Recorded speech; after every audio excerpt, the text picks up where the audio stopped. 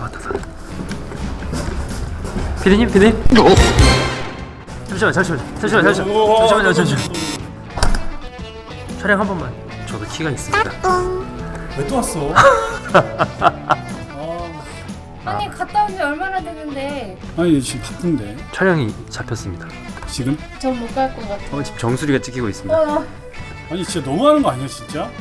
맛있는 거 사드리겠습니다. 그래요. 언제 내일? 몇 시? 내일 무슨 얘기야 근데?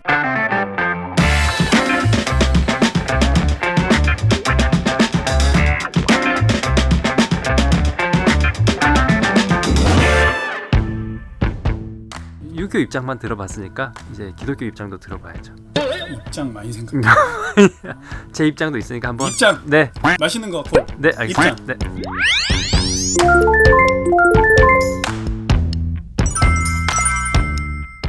네. 네. 촬영이요? 아.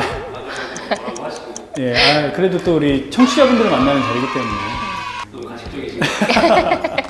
우리 지금 네. 설 특집으로 네네. 제사 관련된 얘기 하고 있잖아요. 네네. 소수서원 어땠어요, 저? 별로 기억 안 나는 눈치인데? 소나무가 너무 예뻤습니다. 아니 굿즈 잘 있었나요 그날? 자기 혼자 있다가 누군가 들어갔을 때 우는 소리랑 개소리로. 개소리만 들어도 알아채. 지금 이제 가족들이 다 있을 때 채연 씨가 들어가면. 낮고 굵게. 워 이렇게. 아니 잠깐. 자 그러면 이제 아무도 없을 때.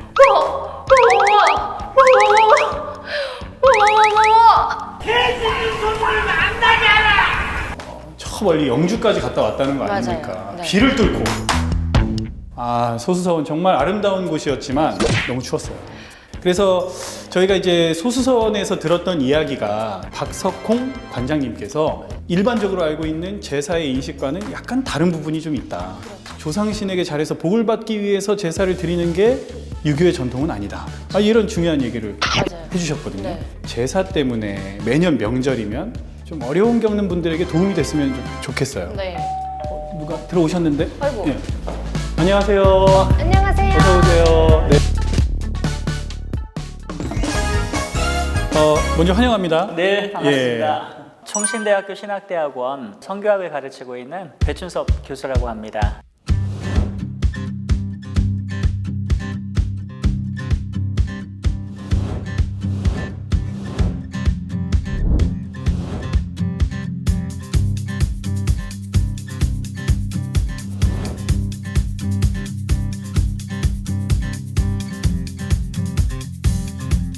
매년 명절이 되면 네. 원치 않는 갈등으로 힘들어하는 가정들이 참 많습니다. 기독교에서 말하는 제사와 네. 우리 한국 사회에 지금 자리 잡고 있는 제사, 네. 어떤 부분이 가장 핵심적으로 차이점이 있다고 보십니까?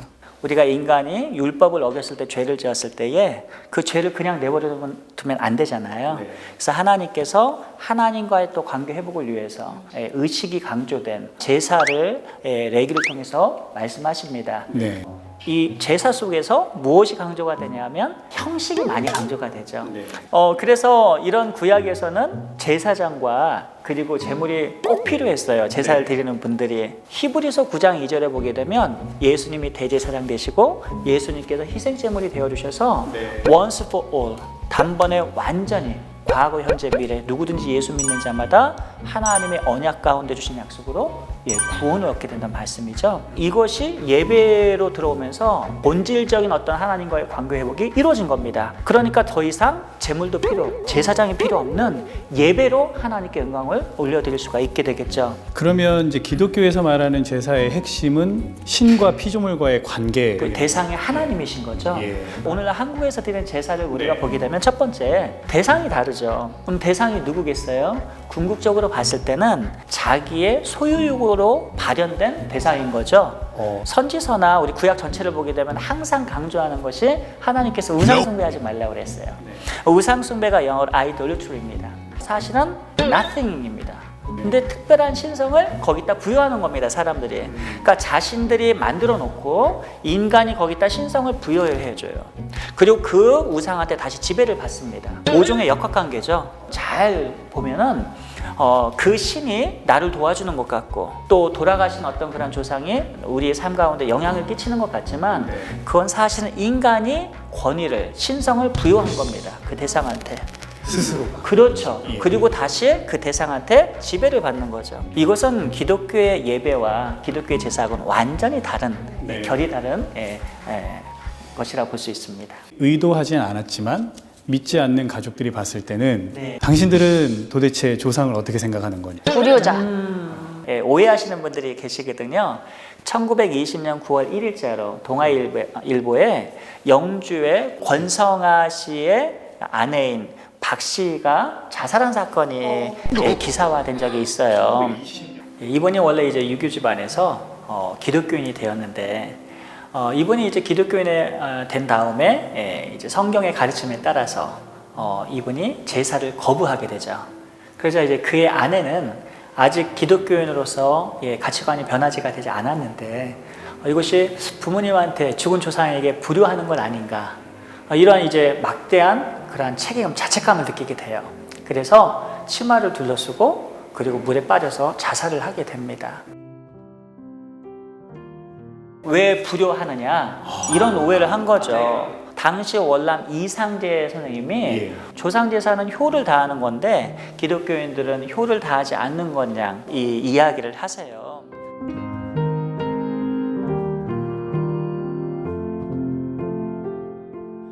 이러한 기조가 이제 사실 지금까지도 전해 내려온 것이고요. 예. 그러나 성경을 보시면 우리 십계명이 얼마나 중요한 가치입니까? 5계명부터 마지막 10계명가 인간에 대한 관계거든요. 그 중에서 제일 첫 번째 계명이 내 부모를 공경하라입니다. 부모를 공경하면 장수의 복을 주겠다고 약속까지 해주셨습니다. 그래서 기독교인들은 돌아가신 조상이나 부모에게 효도를 하는 그렇게 가르치지 않고 죽은 자는 이미 못 돌아옵니다. 이 하나님의 작정이고 섭리하심이에요. 하나님께서 이렇게 작정하셨습니다.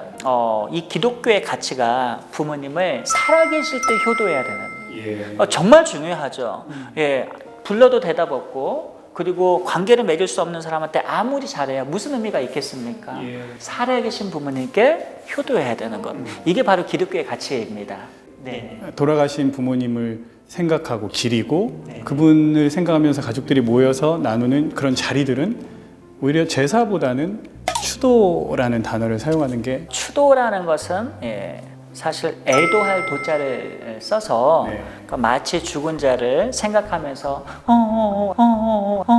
하면서 이렇게 애도하는 듯한 이 뉘앙스가 너무 강하죠. 그래서 기릴 모자를 써서요. 그 추모 식이나 이게 좀 더 적절한 용어가 아닌가라는 생각이 들어요. 추도보다는 추모가 더 적. 대안을 만들기 위해서 추도식이나 추모의 식을 만들었다면 성경적인 관점에서 봤을 때 죽은 자는 전혀 산자에 영향을 끼칠 수가 없기 때문에, 그리고 또 산자의 하나님, 죽은 자의 하나님이시잖아요. 그러니까 하나님의 통치 가운데서 이 예식을 좀 바라볼 필요가 있다. 저는 온 가정이 신실하게 믿음의 가정이 되었다면 굳이 돌아가신 분의 길이나 그런 목적을 삼아서 또 예배를 삼는 것은 약간 좀 생각해 볼 문제다. 그러니까 우리가 기념식은 할 수 있어요. 그러나 예배는 온전히 오로지 하나님께. 예배의 원인은 오로지 하나님이어야 된다. 하나님이 받으셔야 되니까요. 추도, 추모, 예배라는 표현을 진짜 안 좋아합니다. 그냥 추모식, 그냥 기념식만 갖고 예배는 온전히 하나님께로만. 이제 저희 아라복강에 이런 고민을 주신 분이 계세요. 다가오는 설 명절에 이제 우리가 앞으로 제사를 계속 이어갈 거냐, 아니면 이 바꿀 것이냐를 논의를 하신다. 아, 그러시군요. 그런데 이제 그 자리에서 믿는 크리스천 가족들이 무조건 이제 예배로 바꿔야 된다라고 이야기하기도 어렵고, 근데 그분들을 어떤 말로 이렇게 잘 설득을 해드려야 될지도 고민이라는 거죠. 그것은 사실은 가문마다, 가정마다 상황이 조금씩은 다 다를 것 같아요. 그리고 또 부모님께서 믿는 분이셨는가 아니셨는가도 크게 작용할 것 같고요. 그리고 유족들에 대한 그러한 신앙관도 굉장히 중요한 요소로 작용을 할 겁니다. 그러나 한 가지 관가해서는 안 될 부분이 하나 있어요. 내가 신앙을 가졌기 때문에 어떤 신앙적 가치관으로 함부로 재단을 해서 가족 간의 불화를 일으키고 사람들로 시험 들게 만드는 일들은 우리가 해서는 아니 된다. 내가 기독교 신앙이기 때문에 아예 단절하고 살아계신 홀 어머님도 안 만나고 그리고 친인척들도 그냥 단절해버리고 내 신앙 지키겠다. 이것은 사실은 약간 좀 연약한 부분이라고 할 수 있어요. 우상 앞에 놓여진 어떤 그런 재물을 먹을 것이냐 말 것이냐 이 문제가 있죠. 어떡하시겠어요? 저요? 예. 지금 메뉴를 생각하신 것 같은데. 어떤 메뉴냐에 따라서 내가 먹을 것인가 말 것인가. 근데 저는 그렇게 생각해요. 하나님이 그렇게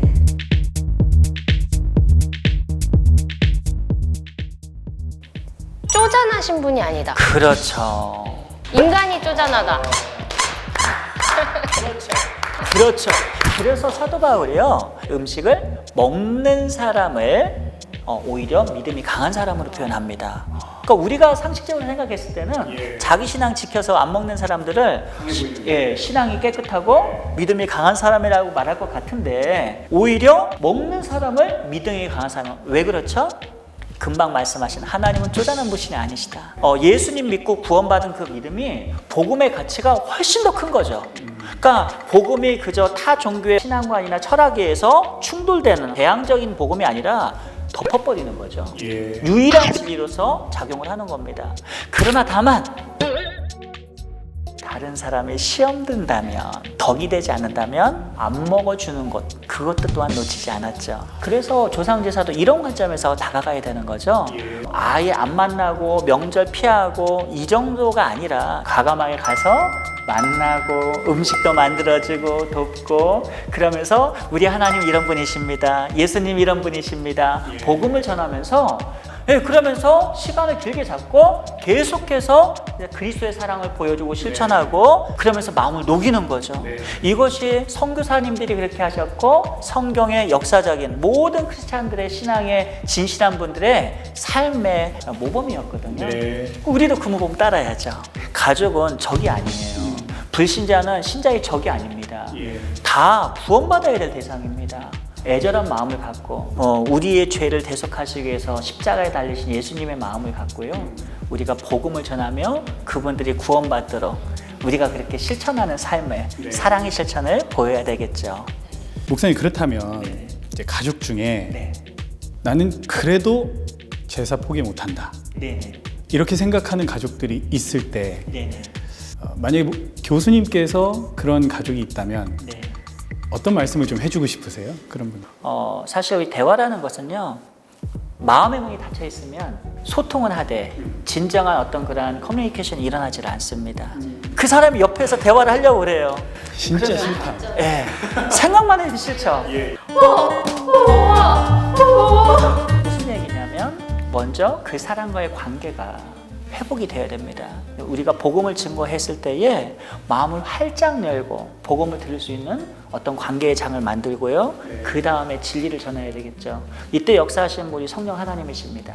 그럼 하나님께 전적으로 맡겨서 우리가 할 일은 복음을 전하고 그리스도의 사랑을 실천하면서 기다리는 하나님께 맡기는 게 중요한 것 같습니다. 그러려면 더 자주 연락하고 더 자주 찾아뵈야 되는 것 같아요. 1년에 한 번 명절 때만 딱 만나서 그런 얘기를 전하면 안 들을 것 같아요. 그렇죠.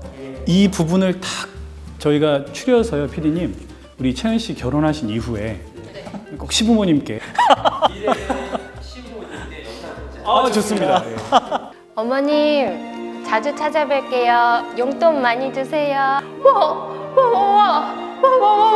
우리나라 초창기 조선 시대에 개신교가 또 조상 제사를 강력하게 거부를 했던 것으로 알고 있는데 맞습니다. 또 구체적인 이야기를 좀 들려주실 수 있으세요?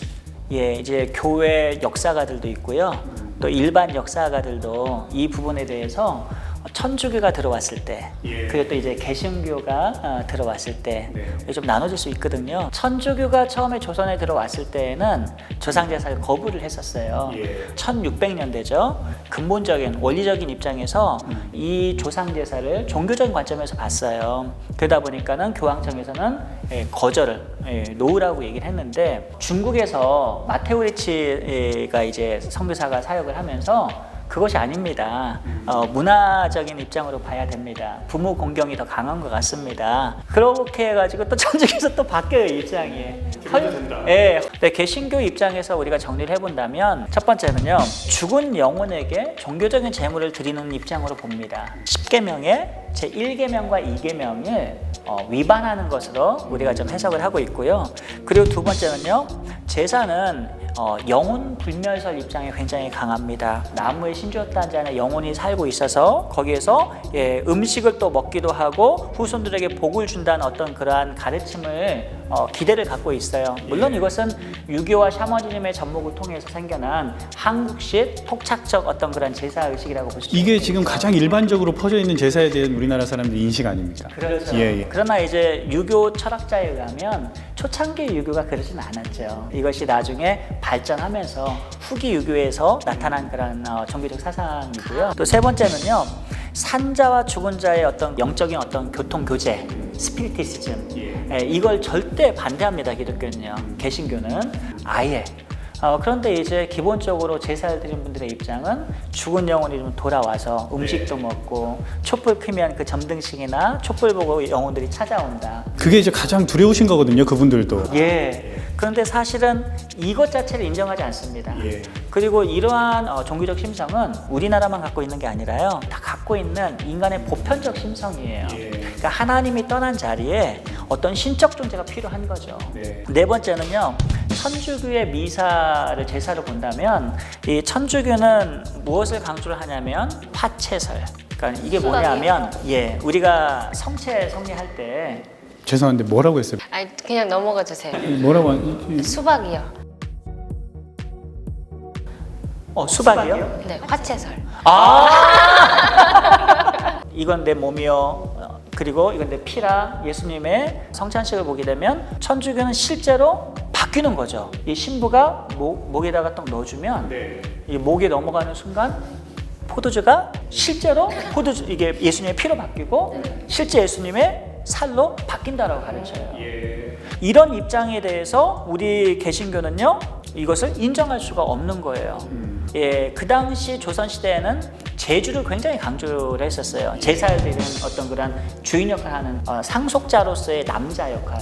죽을지 모르니까 일찍 어린 나이에 조혼을 시켜버려요. 첩을도 들어옵니다.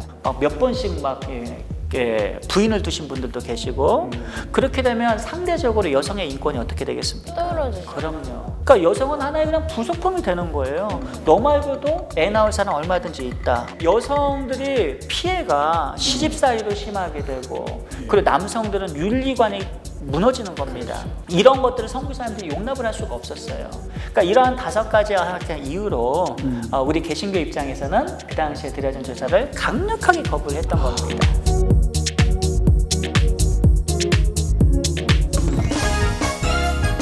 이번 명절 때에도 이런 하나님께 예배를 드리고 하나님의 통치 가운데서 우리가 삶을 살아가는, 그래서 우리가 남들도 다 힘들다고 하지만 웃을 수 있고 기뻐할 수 있고 도리어 섬길 수 있는 어떤 그러한 뜻있는 신앙으로 보내는 그런 명절이 됐으면 좋겠다 생각이 듭니다. 그래서 명절 기간에 더욱더 가족들을 사랑하고, 그리고 또 그리스도의 복음이 날로 풍성하게 전해지는 그런 시간이 됐으면 좋겠습니다. 귀한 말씀 감사하고요, 예수님. 네, 행복한 명절 보내십시오. 감사합니다. 감사합니다. 크리스찬 궁금증 타파 프로젝트. 어디 한번 알아볼까?